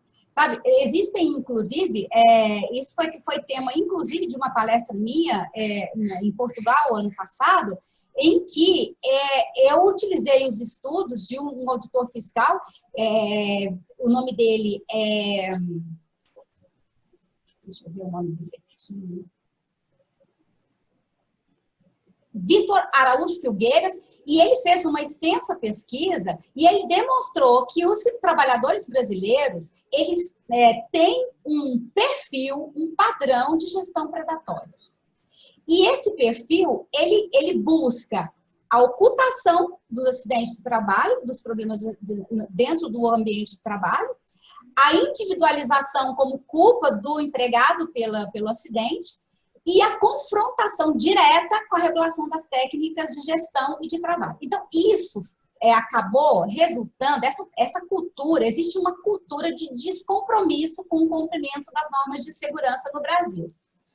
E na área da saúde, isso veio agora na pandemia resultar num problema sério. E aí, os problemas, quer dizer, além das questões das mortes que estão havendo e tudo mais, ainda vamos ter que enfrentar um problema que é depois, que é a questão da saúde mental, que foi dita aqui no início, todos falaram alguma coisa sobre esse assunto, mas o problema da saúde mental vai aparecer no final da pandemia, quando nós arrefeçarmos os ânimos, quando os profissionais da saúde não tiverem que estar em luta, porque eles estão em guerra agora, lá dentro das unidades, quando eles esfriarem, é que exatamente os transtornos vão aparecer.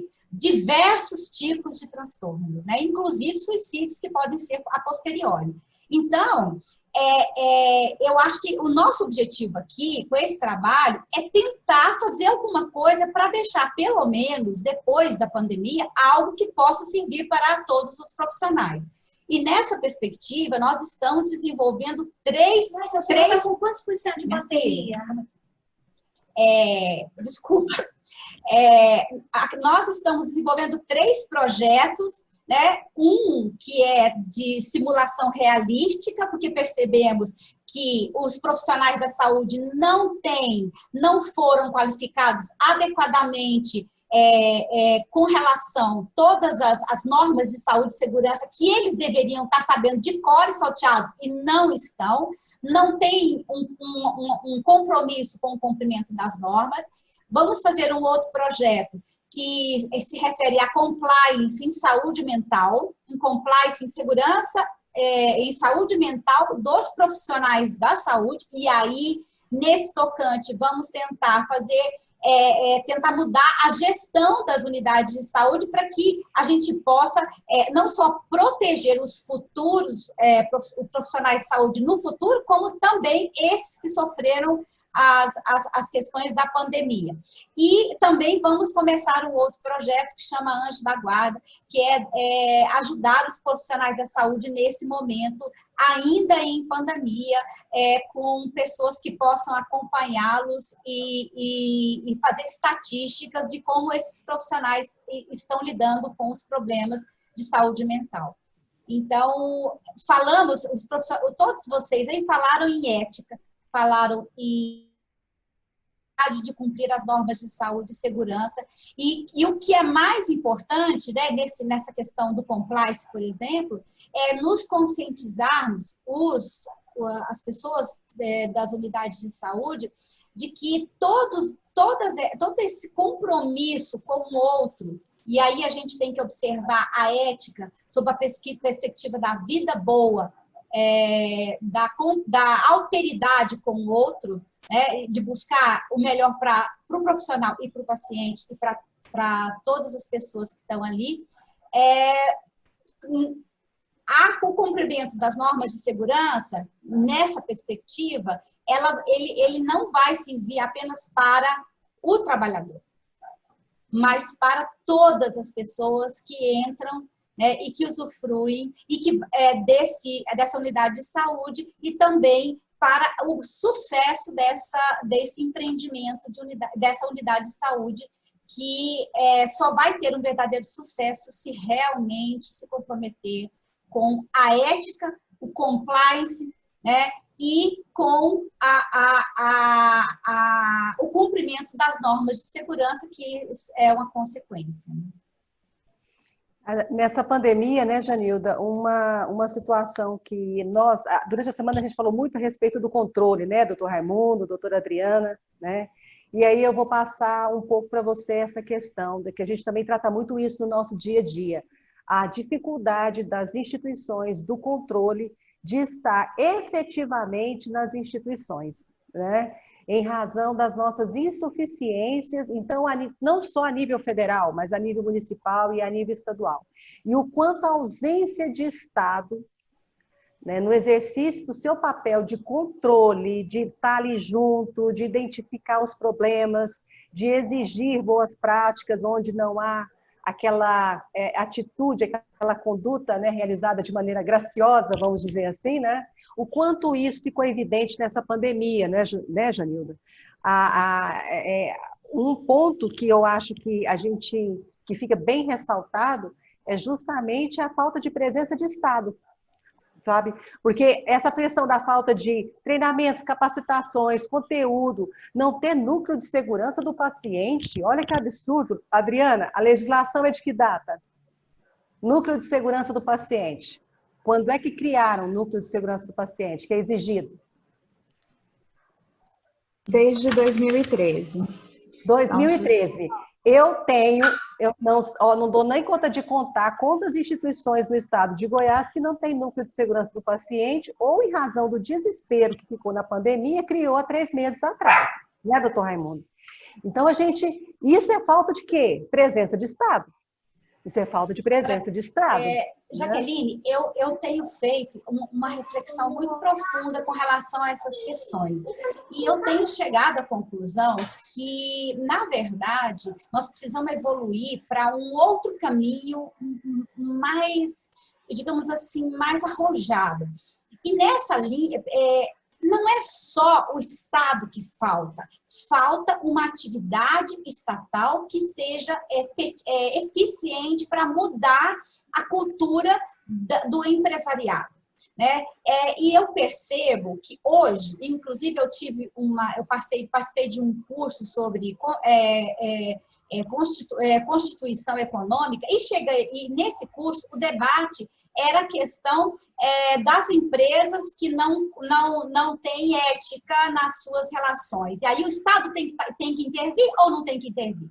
Então, eu chego à conclusão hoje que a questão é que nós estamos indo pelo caminho errado. Por quê? Porque, assim, apenas nós existirmos e fazermos lutar, ou mesmo ajuização, como a gente faz sempre, né? É a nossa função. Não adianta. Não adianta. Hoje, eu cheguei à conclusão que é preciso a gente fazer o que nós estamos fazendo nessa pandemia. Ou seja, tentar desenvolver uma consciência dos empregadores de que eles têm que assumir a responsabilidade que não é nossa do Estado, que é deles. E aí, eu penso, hoje eu estava discutindo esse tema, nesse curso, que, na verdade, o Estado precisa fazer uma política de compliance. Compliance entendido como uma política para que o sistema econômico, para que as empresas passem a cumprir as normas, porque elas entendem que a ética é algo necessário nas relações humanas, inclusive nas relações econômicas, inclusive no mundo empresarial. Então, sabe, eu realmente acho que o que nós fizemos de direito anteriormente, a nossa posição de Estado até hoje, tanto que nós duas hoje não estamos fazendo dessa mesma forma na pandemia. Estamos fazendo de uma forma diferenciada, chamando as pessoas, conversando com elas, mostrando o que elas estão fazendo de errado. Vocês estão fazendo, olha, isso aqui está errado. Vocês não estão verificando que o hospital é um sistema. Esse sistema, para fluir bem, tem que ter todos os pontos entrosados, né? Não dá para que nós sejamos seres autossuficientes, autônomos e responsáveis e agir responsavelmente socialmente se nós todos não nos encontrarmos com essa reflexão. Então, nós também, Estado, precisamos mudar, sabe? Eu nem te falei que eu ia dizer isso hoje, agora, nesse momento, né, falar sobre isso, mas essa reflexão eu fiz muito hoje de manhã nesse curso, Ministério Público da União, e chego à conclusão de que nós temos que fazer uma política de compliance. Para ensinar, o Estado precisa chamar os empresários a entenderem que a ética é algo que vai funcionar para todo mundo e vai tornar a vida boa de todo mundo. Do paciente, do profissional de saúde, né? Do empresário que vai ganhar com o seu... e vai se sentir bem de estar fazendo o trabalho naquela empresa, né? De ser proprietário daquela empresa. Agora vamos para a nossa atuação, né, Janildo? Tá, mas e aquele que você conversa, você orienta, você informa, compartilha informações e, olha, eu estou nisso há 10 anos, né? Não estou nisso só nessa pandemia. E incontáveis vezes. E aí, para quem não sabe, a doutora Janilda é coordenadora do setor privado, tá? Ela não atua no setor público. Então, porque às vezes o pessoal está falando aqui algumas coisas, mas a fala dela é muito bem focada, é bem direcionada. Mas, assim, não importa. Na realidade, uma coisa que a gente... Porque, assim, a gente percebe, né, tratando os problemas quando você faz essa departamentalização, essa separação, o mercado ele acaba separando, né? O mercado é aquilo, se você não é eficiente, se você não mostra serviço de qualidade, o próprio cliente não vai mais, né, doutor Raimundo? Não vai procurar um local ruim. Então ele acaba, só que nós temos um sistema de saúde no Brasil, por exemplo, em relação às instituições, que instituições cujos gestores não investem na qualidade de serviço, eles acabam se sustentando pelo SUS. Eles atendem 70%, 80% SUS. Isso é perverso. Isso é ruim, porque se ele tivesse no mercado, em condições de concorrência igual, ele já tinha quebrado. Mas aí o sistema permitiu que um ineficiente se mantenha.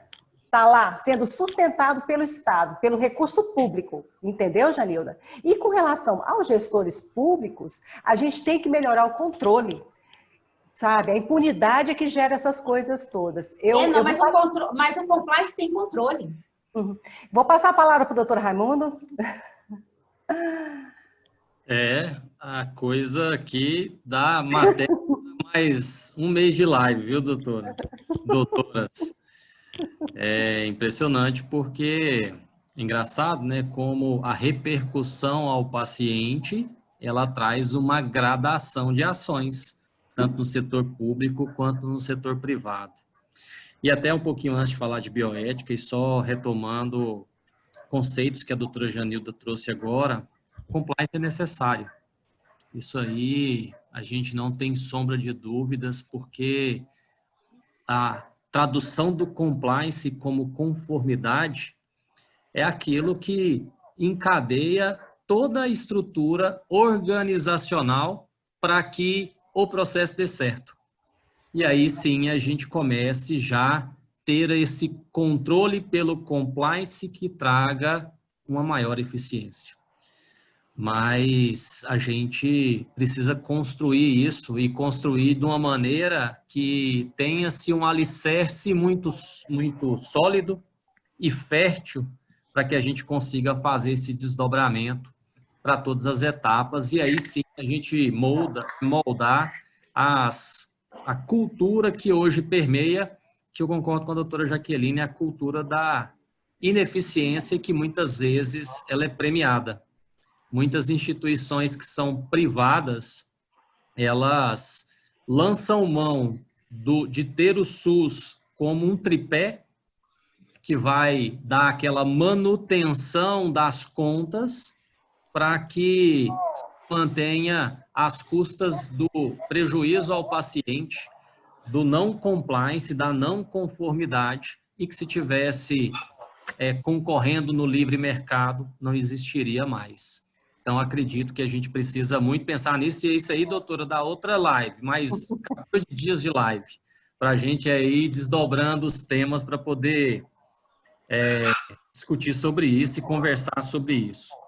Mas só fazendo uma retomada em relação ao nosso próprio assunto, eu gostei muito que, quando o Dr. Valdemar trouxe que a humanização, que é um dos conceitos bioéticos, ela sai da premissa de tratar o humano como humano. E a gente tem visto que isso foi algo que se pôs à prova, porque durante a pandemia, a gente começou a ver a necessidade da proximidade quando o próprio paciente nos dava distância por conta do desconhecido. A gente não sabia o que era, não sabia o que existia, e esse desconhecido fez com que a gente se afastasse. E esse afastamento foi danoso, de maneira que, por princípios bioéticos, comportamento, princípios bioéticos da própria humanização, a gente teve que trazer de maneira o conceito de segurança e confiança nos conceitos de segurança para que a gente conseguisse prover o cuidado adequado. E eu achei bem interessante que o conceito da bioética ele foi tratado como sendo aquilo que tudo é feito na medida certa, é o bom senso. E a gente tratar dos princípios éticos é tratar tudo dentro daquilo que traz o bom senso. mas o bom senso, que acaba sendo óbvio, ele precisa ser registrado, porque aquilo que às vezes é óbvio para um não é óbvio para os outros, e a gente precisa, de certo modo, trazer órgãos de controle, trazer a normatização para que a gente consiga levar da maneira mais adequada. E dentro desses conceitos, e aí trazendo um pouquinho a sobrecarga que foi abordada aqui, sobrecarga do trabalho, o não controle e a não preocupação com a própria segurança para poder dar segurança ao outro, vem na pandemia a quarta onda do Covid. A quarta onda do Covid é aquilo que impacta diretamente no trabalhador, no cuidador direto, em que você vai tendo um aparecimento de problemas psicológicos, de problemas psiquiátricos, de burnout, que ele é crescente desde o início da pandemia, ele não é gerenciado. E aí cai-se a pandemia, volta-se à normalidade e você tem um grupo doente, psicologicamente esgotado, e que ele não foi gerenciado em momento algum. A gente está vivendo isso na Itália. Achei engraçado que eu estava lendo uma matéria esses dias dizendo que hoje os profissionais da Itália, que antes viviam sob um excesso de visibilidade, esse é um dos aspectos ruins de redes sociais, dos aplausos e tudo mais, é que depois isso se esgota e todo mundo esquece, e aquilo que deveria ter sido um legado, que é a valorização do profissional, ela se perde. Se perde, e aquilo que a gente poderia aprender acaba sendo, não ficando como um legado. Então, eu acredito que, juntando-se todos esses conhecimentos, princípios bioéticos, e entendendo o que já aconteceu nos outros locais, é uma oportunidade de nós aprendermos para que aqui a gente consiga fazer de uma maneira diferente. E muito interessante o que a doutora Janilda trouxe, o que a doutora Jaqueline tem trazido para a gente em relação aos controles tanto do meio público quanto do privado agora, que é a necessidade também de olhar para dentro e ver que temos que reformular, porque essa reformulação é o que vai manter a perenidade dos ganhos que a gente vai ter, que a gente está tendo nesse momento de crise. Então, foi um momento ímpar, foi um momento singular para que a gente conseguisse debater e deixar aquele gostinho aí de que dá para fazer mais, né, doutora? Vamos pensar em outras lives aí, trazer outros personagens para que a gente consiga trazer o debate com essa visão e perspectiva de vários pontos diferentes, né? Tem o ponto assistencial, que está representado aqui tanto por mim quanto pela Adriana, mas tem o ponto do controle, representado pela doutora Jaqueline e pela doutora Janilda, e a gente está aqui sobre a escuta de várias pessoas que lidam em pontos diferentes desse grande mosaico do cuidado. Então, a gente acredita que, eu acredito muito, que ao final dessa semana a gente saia com insights, pelo menos, de que a gente tem condições de promover saúde em níveis altos de qualidade e de segurança, tanto no meio público quanto no privado. Agradeço muito a todos vocês, agradeço a oportunidade e estou disponível para sempre que vocês precisarem. Doutora Jaqueline, foi uma grande satisfação compartilharmos essa organização aí juntos. Adriana, agradeço muito aí por toda essa semana, foi um prazer imenso conhecê-la. Doutora Janilda, grande satisfação também e estamos juntos. Adriana, fica à vontade. Eu que agradeço, doutor Raimundo. Está sendo uma semana ótima, maravilhosa mesmo, assim, de muito aprendizado. Doutora Jaqueline, já tem um tempinho que a gente está junto. E eu falo para ela que eu sou a fã número 1 dela, embora ela tenha muitas. Doutora Janilda, a Secretaria de Estado da Saúde está montando uma coordenação de compliance. Eu sei que já tem na SES e está implantando, acho que nas outras unidades. Eu não sei falar assim, desse programa, eu só sei que ele está sendo implantado e está sendo montada, acho que agora na Superintendência de Vigilância em Saúde, uma coordenação de compliance, acredito que nas outras superintendências de saúde também. E já tem, acho que antes da pandemia, já estava se falando dessa coordenação, e acho que por conta da pandemia, né, acho que deu uma esfriada, assim, mas agora eu sei que já está retomando. Então, acredito que a gente vai ter muito trabalho aí pela frente e acredito que grandes melhorias também. Pode ajudar muito. Isso. Assim como é o apoio, né? A Jaqueline sempre fala dos órgãos de controle, né? A importância desses órgãos de controle que precisam de investimento, a gente precisa realmente melhorar. Agora, voltando à palestra do Dr. Valdemar, né? Muito obrigada, Dr. Valdemar, foram palavras assim de conforto, falar da fé, né, do que a fé traz, essa tranquilidade. E as suas palavras, né, foram também de conforto e tranquilidade, assim. Quanto conhecimento, né? Acho que a gente ficaria aqui à noite mais alguns dias falando com o senhor. Excelentes as palavras e no que uma das coisas que chamou a atenção, né, foi realmente o fato colocado, né, da segurança do paciente ser multifatorial, né? Realmente a segurança do paciente, eu sempre falo que quando eu vou no serviço de saúde, ela está ali desde a calçada, né, até depois que o paciente foi para casa e ele ainda está ali se recuperando. Ele está em todos os pontos, né? E não só englobando o paciente, ele envolve realmente tudo, né, em volta.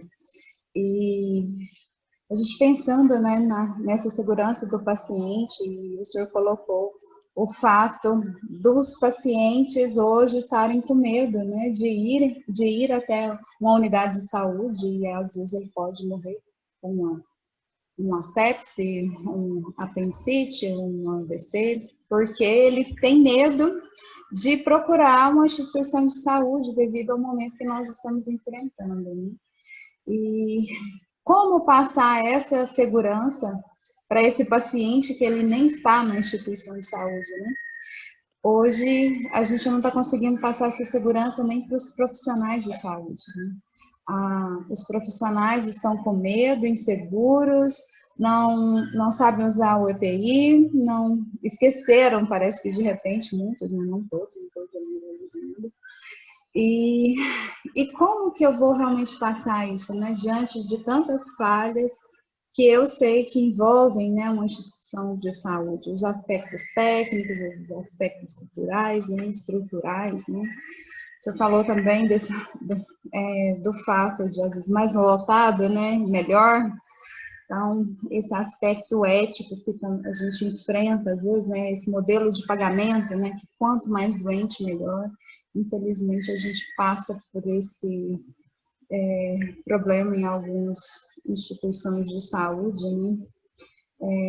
Nenhuma recompensa, na verdade, para quem promove a saúde, volta muito aí no profissional de saúde, né? No trabalhador, em que ele se vê lá no meio, né, no foco ali dessa pandemia, tendo que trabalhar todos os dias e tá lutando, colocando em risco, né, aceitando esses riscos, desafios. E qual que é a recompensa, né? Só o salário, né? Então, temos um outro problema também, né? Da cultura que favorece o desperdício, então envolve ali também esse aspecto estrutural e ético, né? E a segurança do paciente vai abordando, né? Ela realmente permeia todas essas situações, né? Nos aspectos técnicos, voltando também para o lado de medicamento, né? Quantas drogas, quantos procedimentos, a tecnologia, né, a importância hoje da tecnologia, os sistemas de saúde. Então, a segurança do paciente, ela realmente está permeando todo isso. E tem um outro fator que a gente também está enfrentando, né? O fator humano que foi colocado, né? E a gente lida hoje com a cultura da infalibilidade, né? A condição humana, muitas vezes a gente também não reconhece, não se vê, não consegue imaginar ali, se colocar como falho ou que é capaz de assumir realmente que precisa de ajuda e que precisa de ser cuidado também, né?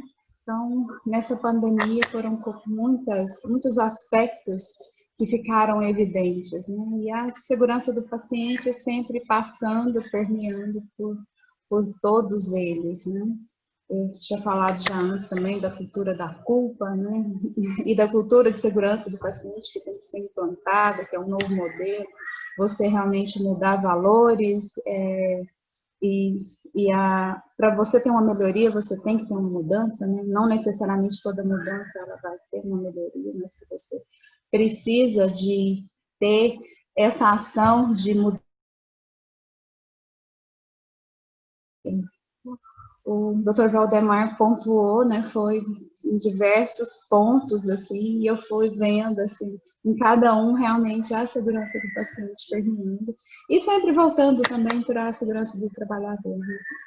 Muito obrigada, Dr. Valdemar, muito obrigada, Dr. Raimundo, foi uma semana excelente, muito obrigada a todos que participaram, e a Jaqueline, principalmente, assim, eu agradeço muito a ela, quando eu falei para ela da Semana de Segurança do Paciente, né, e ela se dispôs, não, vamos fazer sim, correu atrás de tudo, e na verdade, não só agora, né, agradeço antes mesmo, ela ajudando o serviço de saúde, colocando um serviço de saúde em contato com o outro, capacitando, eu vi a Jaqueline fazendo meu trabalho ali, né, ela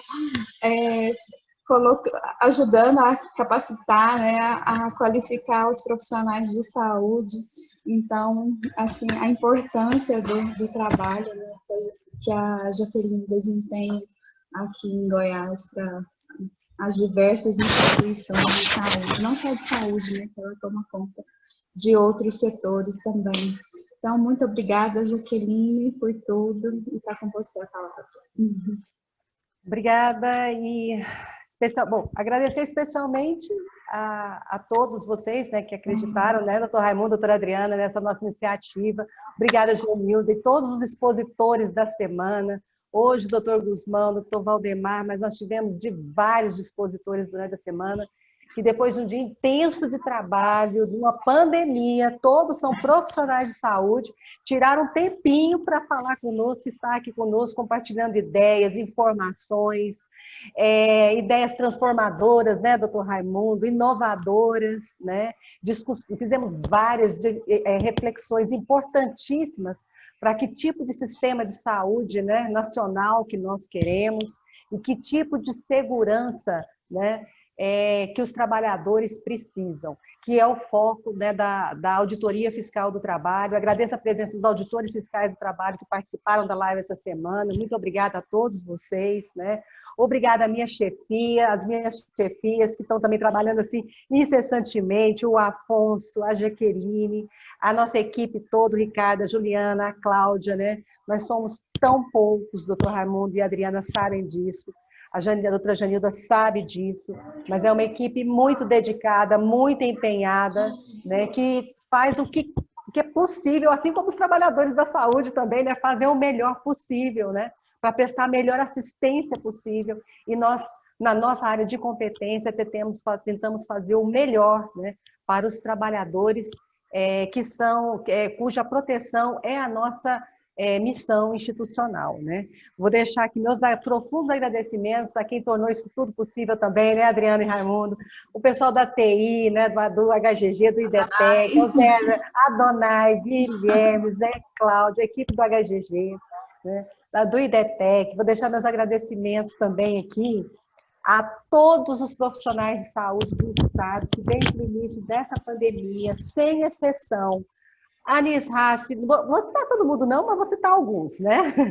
O Anis Hassi, não consigo citar todo mundo, mas o Anis, a equipe do Neurológico, do HGG, a equipe do HCamp, do HDT, né, e do UGOL, o pessoal que eu provoquei, pedi muita ajuda, a equipe da vigilância, a Zilá, né, Adriano?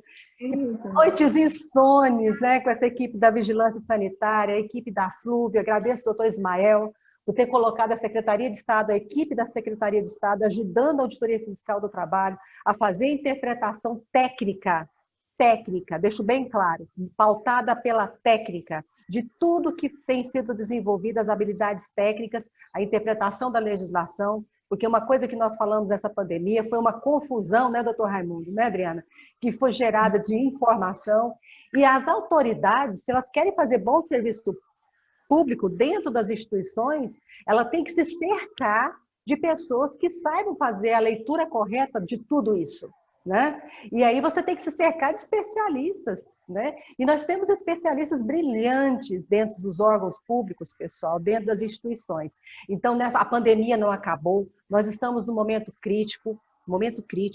Então, colaboração é a palavra de ordem, solidariedade é a palavra de ordem. Nada de ficar parado e achar que as coisas são assim mesmo, elas não são. Não estamos no estado de normalidade, nós estamos no estado de emergência, de calamidade, nós estamos num caos. Isso tudo vai passar, muito aprendizado. A próxima live eu já vou organizar, viu, doutor Raimundo, viu, Adriana? Porque tem muito assunto para ser tratado. E, doutora Janilda, tudo isso é documento, tudo isso é registro de um esforço coletivo, né? Das instituições de Estado, das instituições privadas, da sociedade, para a gente construir um modelo seguro, né, para trabalhadores, para pacientes e para a sociedade goiana e a sociedade brasileira. Estão todos de parabéns, que Deus abençoe a todos e até a próxima live. Até a próxima. Obrigada a todos. Boa noite.